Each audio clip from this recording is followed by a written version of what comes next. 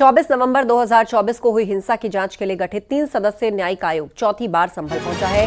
PWD guest house में team पहुंची है और यहां टीम में डीएम, एसडीएम समेत अधिकारियों के बयान भी दर्ज किए जाएंगे। यहां टीम में शामिल अधिकारी हिंसा से जुड़े हुए लोगों के बयान दर्ज करेंगे। पिछली बार आयोग 30 जनवरी को संभल आया था और आज सुबह 10 बजे से शाम 4 बजे तक बयान दर्ज किए, जिसमें सीएमओ डॉक्टर तरुण पाठक, हिंसा में घायल डिप्टी कलेक्टर रमेश बाबू, अपर पुलिस अधीक्षक और प्रभारी निरीक्षक नखासा शामिल थे। साथ ही पोस्टमार्टम करने वाले चिकित्सकों, सपा विधायक इकबाल महमूद और जामा मस्जिद इंतजामिया कमेटी के सदर एडवोकेट जफर अली के भी बयान दर्ज किए गए। इससे पहले आयोग ने 1 दिसंबर को हिंसा प्रभावित क्षेत्र का दौरा किया था। फिर 21 जनवरी को दूसरी बार आकर 51 लोगों के बयान दर्ज किए थे।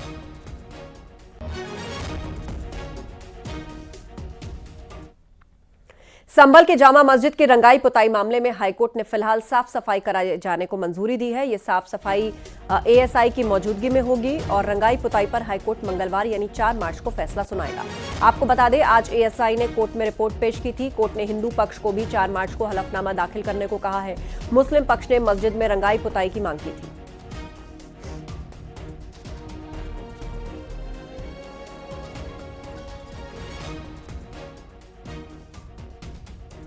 उच्च न्यायालय ने एक जांच आयोग कमेटी बना के कि भाई रंगाई पुताई की आवश्यकता है या नहीं, तो उसके विषय में अपनी रिपोर्ट दें। तो वो सर्वे हो गया है और एएसआई ने अपनी रिपोर्ट माननीय न्यायालय में दे देंगे। इसी दौरान माननीय न्यायालय ने आदेश किए हैं कि साफ सफाई कराई जा सकती है। बाकी जो भी आदेश, अग्रिम आदेश होगा, वो जो एएसआई की रिपोर्ट जाएगी उसके आधार पर होगा। देखिए, जो ऑनरेबल हाई कोर्ट का ऑर्डर है उसकी कॉपी अभी हमें देखने को नहीं मिली है, केवल हमने सुना है। ऑनरेबल हाई कोर्ट के ऑर्डर की जो कॉपी आएगी उसका जो ससंबंध पालन किया जाएगा। क्या अग्रिम कार्यवाही इसमें रहेगी? ये हाई कोर्ट के वकील साहब से हम बात करेंगे, उसके बाद में हम इसका नेक्स्ट स्टेप क्या होता है।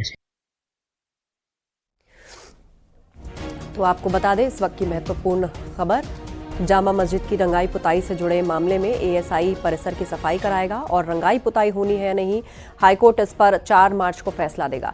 सीधे अब आपको लिए चलते हैं, हमारे सहयोगी सुनील हमारे साथ लाइव जुड़ रहे हैं, उन्हीं से विस्तार से अपडेट लेते हैं। जी सुनील, बताइए। देखिए, संभल में आज खास दिन है जहां पर न्यायिक जांच आयोग की टीम तीसरी बार संभल पहुंची है, जहां पर डीएमएसपी के बयान दर्ज करेगी, अधिकारियों के न्यायिक जांच आयोग बयान दर्ज करेगा। वहीं दूसरी ओर संभल की जामा मस्जिद कमेटी ने जिस जामा मस्जिद की पुताई की अनुमति मांगी थी, उस पर भी हाई कोर्ट का आदेश आ गया है। एएसआई ने यहाँ पर पुताई की जरूरत नहीं बताई है, जिसके बाद में फिलहाल पुताई नहीं होगी। वहीं आज तीसरी खास बात यह है कि आज जुमा भी है और संभल में नमाज है। शाही जामा मस्जिद पर नमाज को लेकर तमाम सारे इंतजाम किए जाते हैं। तो अचानक से जामा मस्जिद इलाके में पुलिस की सुरक्षा बढ़ी है, पुलिस कर्मी यहाँ पर बढ़े हैं। एक और नमाज हो रही है, वहीं पुताई नहीं होने से मुस्लिम पक्ष को झटका लगा है। जी बिल्कुल, मुस्लिम पक्ष को झटका लगा है पुताई नहीं होने से। हालांकि 4 मार्च को हाईकोर्ट इस पर फैसला सुनाएगा, लेकिन ये जो पुताई की बात है, एक तरफ एएसआई का वहां पर सर्वे है और पूरी तरीके से वहां कोई भी गतिविधि होगी तो एएसआई को लूप में रहना होगा। तो ऐसे में ये जो पुताई की मांग है, ये किस तरह सामने आई और आखिर क्यों यहाँ पर पुताई की मांग कर रहा है मुस्लिम पक्ष? देखिए, पिछले समय में तो उस तरह की मांग नहीं आती थी। सामान्यतः जामा मस्जिद कमेटी का दावा है कि यहाँ पर हर साल पुताई कराई जाती थी, तो इसका मतलब बगैर एएसआई की अनुमति की कराई जाती थी। वहीं पूरे केस में जामा मस्जिद हरि मंदिर बनाम केस में सबसे बड़ी बात यह है कि यहाँ पर एएसआई ने कोर्ट में अपना हलफनामा दाखिल करके ये कहा था कि जामा मस्जिद कमेटी वहाँ पर काम नहीं करने देती, जामा मस्जिद में घुसने नहीं देती। तो पूरे घटनाक्रम के बाद यहाँ पर एएसआई का महत्व भी जामा मस्जिद कमेटी की समझ में आ गया होगा, जिसमें एएसआई ने यहाँ पर पुताई की जरूरत नहीं जताई है। वहीं एएसआई ने मस्जिद का इंस्पेक्शन भी किया है। जी, जानकारी के लिए शुक्रिया। आप नजर बनाए रखें सुनील, आगे भी हम आपसे अपडेट लेंगे।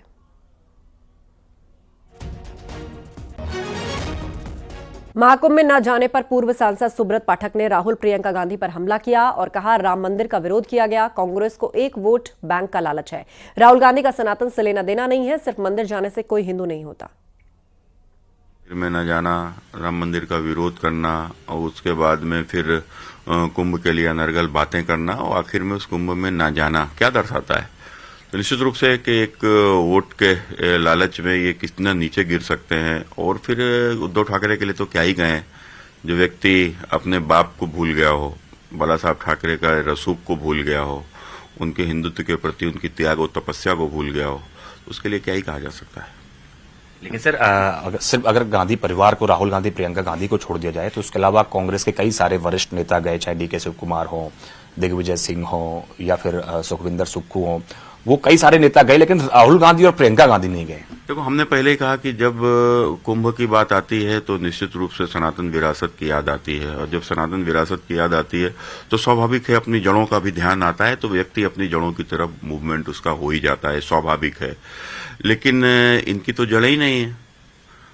राहुल गांधी तो सनातन से इनका कोई लेना देना नहीं है भाई। जिनके बाबा हिंदू धर्म के नहीं रहे, उसके बाद में जिनके माता भी हिंदू नहीं रही, और तो वो कहाँ से हिंदू हो सकते हैं? तो कोई कोट के ऊपर जनेऊ पहन के कोई हिंदू थोड़े ना हो जाता है, ना केवल मंदिर चले जाने से कोई हिंदू हो जाता है। हिंदू तो एक आस्था है। अखिलेश यादव पर बीजेपी का बड़ा हमला, कहा पूर्व सांसद सुब्रत पाठक ने। अखिलेश ने 2013 में कुंभ की पवित्रता को ठेस पहुंचाई, गैर सनातनी को जिम्मेदारी दी गई।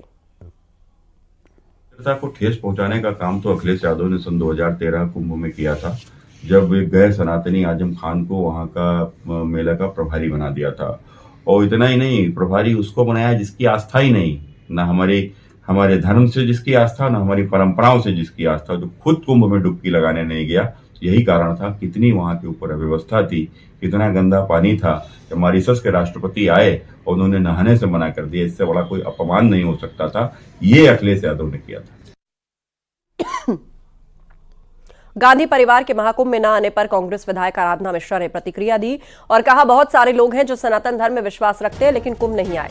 वहीं आराधना मिश्रा ने राज्य सरकार के निमंत्रण नहीं दिए जाने का मुद्दा उठाकर सरकार को घेरा और कहा कि सभी मंत्रियों को निमंत्रण भेजा गया, राहुल गांधी को निमंत्रण क्यों नहीं दिया गया।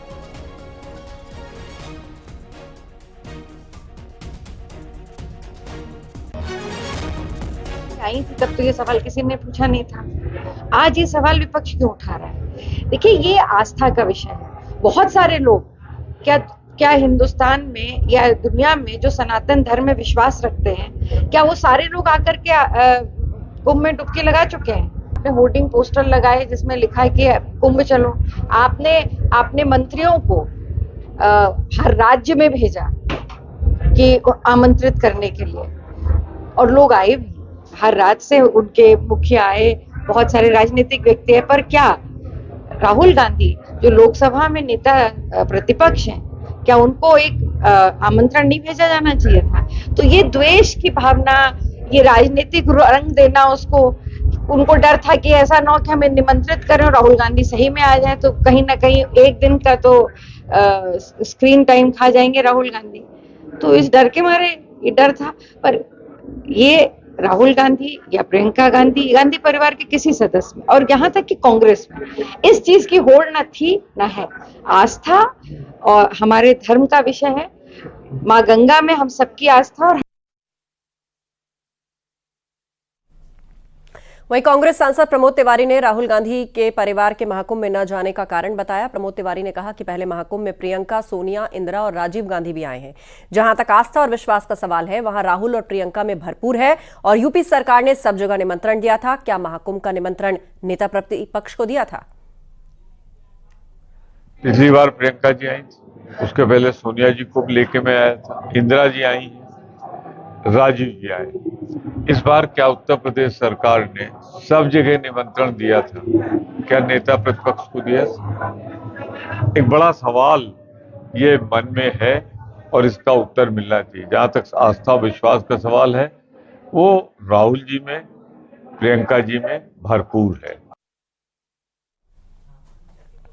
बीजेपी नेता अपर्णा यादव ने बिना नाम लिए विपक्ष पर हमला बोला। महाकुंभ आयोजन को लेकर योगी सरकार पर किए जा रहे सियासी हमलों पर पलटवार किया और कहा कि कुछ लोग चुपके चुपके जाकर त्रिवेणी में डुबकी लगाकर आ गए। मैं चाहती थी कि राहुल गांधी डुबकी लगाकर आए, लेकिन वो नहीं गए। शायद उनके भाग्य में पुण्य नहीं लिखा होगा। त्रिवेणी का गंगा जी, जमुना जी का पावन जल रखा हुआ है, अगर वो मांगेंगे तो दे देंगे। बहुत ही अद्भुत था, इतना अविस्मरणीय था।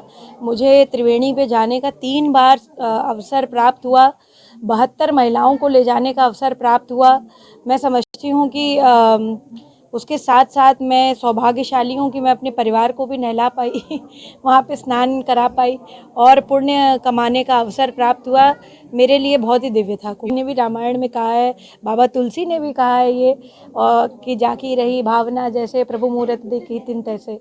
तो वो तो अच्छी बात कही। देखिए विपक्ष जो है चुपके डुबकी लगा के आ गए सब। मैं तो चाहती थी कि हमारे जो है पप्पू जी भी लगा करके आएँ, पर वो लगा के नहीं आए। उनको पुण्य शायद लिखा नहीं होगा उनके उसमें, पर मेरे पास वो गंगा जल त्रिवेणी का जो है, यमुना जी का, सरस्वती जी का जल रखा हुआ है। अगर वो मांगेंगे तो दे देंगे। उप मुख्यमंत्री केशव प्रसाद मौर्य ने एक बार फिर समाजवादी पार्टी पर हमला किया। साथ ही उन्होंने 2027 में तीसरी बार बीजेपी सरकार बनने का दावा भी किया। उन्होंने कहा कि समाजवादी पार्टी के नाव में बड़ा सच्छेद हो चुका है।